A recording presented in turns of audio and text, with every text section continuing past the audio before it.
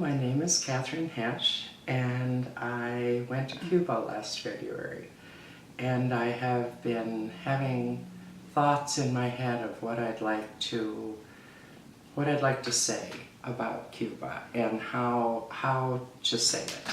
And so this is an effort to put it out there in a way and see what conclusions come from it, since it's easier to talk than to write about things like this.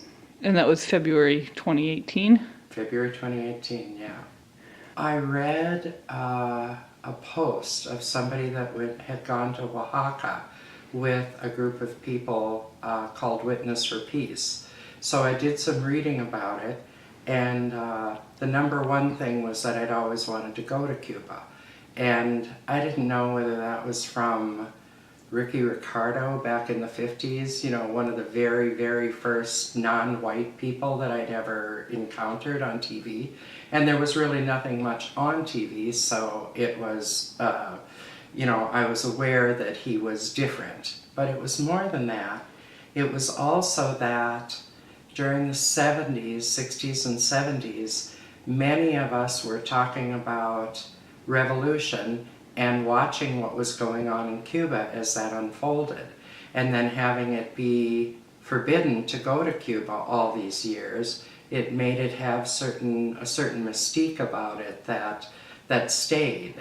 And specifically the revolution, I really wanted to know what was real and what was propaganda, since I knew that a lot of what was being put forth was just obviously propaganda. So I wanted to see what it was like for real. And explain the logistics of the trip a little bit. Okay, so it was 20 people, and it was led by a group of people, by 2 people from this town, and it was largely, the group was from Winona. About 15 of us were, and 4 or 5 from elsewhere. And the understanding is that rather than people from a first world country deciding we're going to go put up a clinic, the idea was to go there and listen to Cuban people talking about what they wanted from Americans, and listening in general to, maybe we saw 20 different situations in the 10 days that we were there. And the Cuban government, or the license that's permitted to Americans by the Cuban government, is called a people-to-people delegation, which means that we're supposed to be talking to the actual people in Cuba, but also that we had a schedule that we had to keep under the terms of the license. And it didn't mean that if somebody was sick they still had to go, but the group had to show up at a medical clinic or the Revolution Museum or a maternity clinic. And so it was tailored to what people in the group were interested in. But there was also a focus like agriculture, medicine, and the environment, with the overall objective of also educating us to what the effects of the embargo are on Cubans. That was a theme that ran through everybody we talked to. So, because it was one of the themes of the group. So, I think what I most came away with is, in this time of fractured sensibilities about who we are as a nation, everybody we talked to, and I understand that people who were dissidents wouldn't be put with a group of Americans, but everybody we talked to believed in the progress that Cuba is making. People were asking what will happen when Raul Castro quits this last spring. And they were saying, well, as we see it, we're the revolution. You know, we have a leader, we'll follow that leader, but also we aspire to make a kind of society that's really Cuban.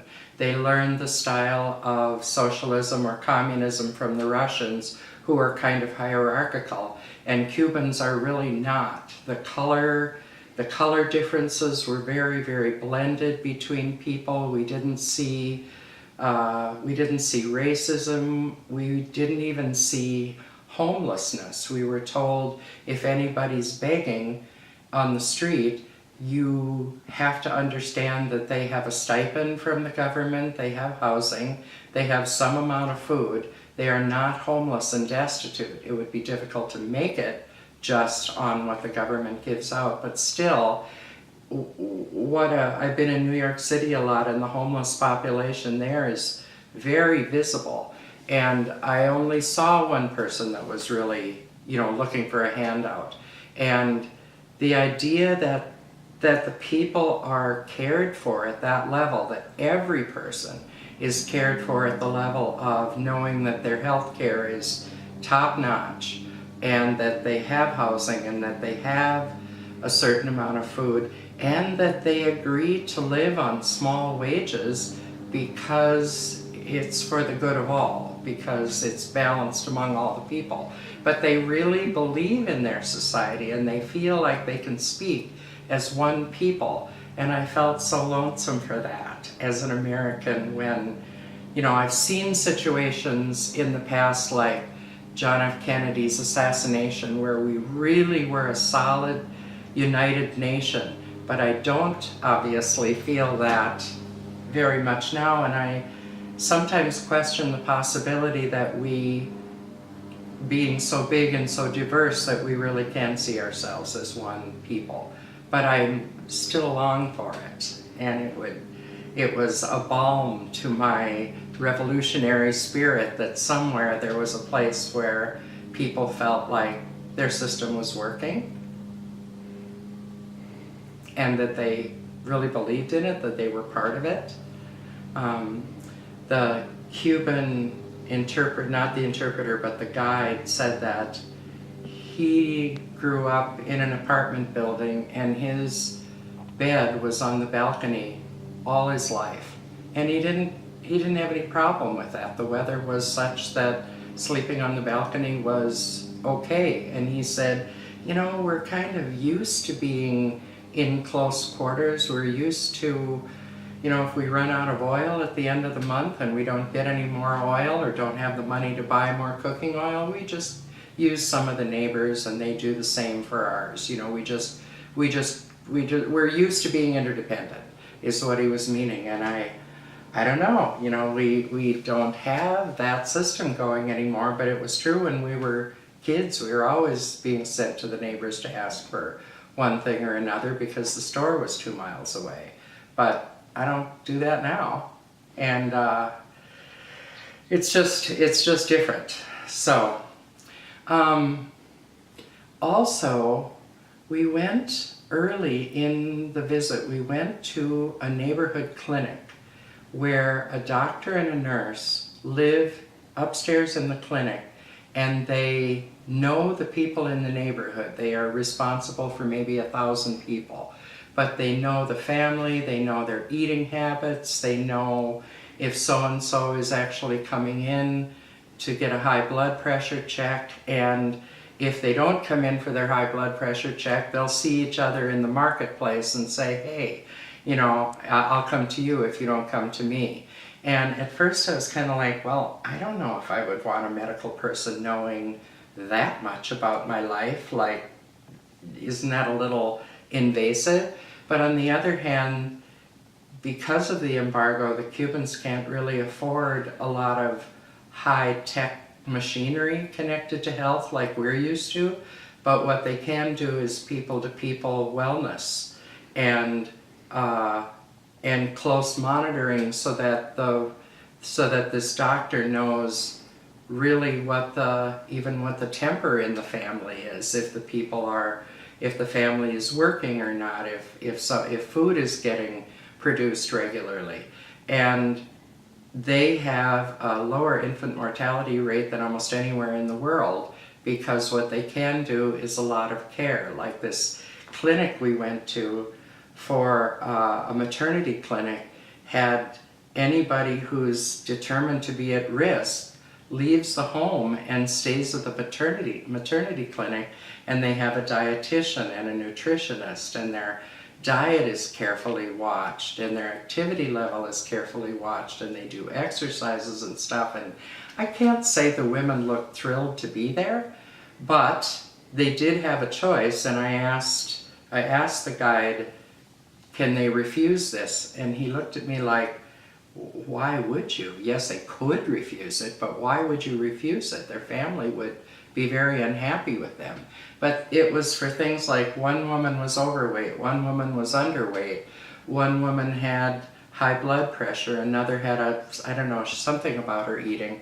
And that is a very high level of concern. You know, I wouldn't imagine that in this country it would even be seen as a real risk factor. A risk factor, but not enough to go to a maternity clinic.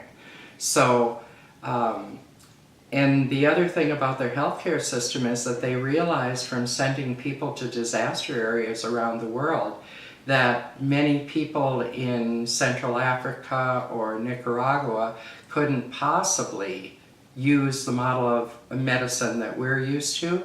And so they opened an international training center, and they've trained thousands of people at the expense of the Cuban government without a, well, then you have to do this, or then you're in hock to us. They train them for free. And it's a model that people in third world countries can emulate, because that's what they can produce, is people-to-people care, hygiene, close communication with the people that they're serving.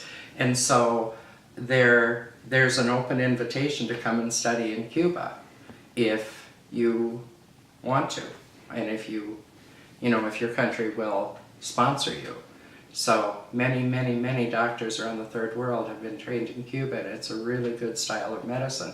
And also, because they have to be low tech, we went to a couple of clinics, and this one was like a direct care patient clinic, what we would see as like, a town clinic, but they had acupuncture and they had Bach flower remedies just integrated right with regular medicine. It isn't like, well, you have to go over there, or now you're outside the medical system.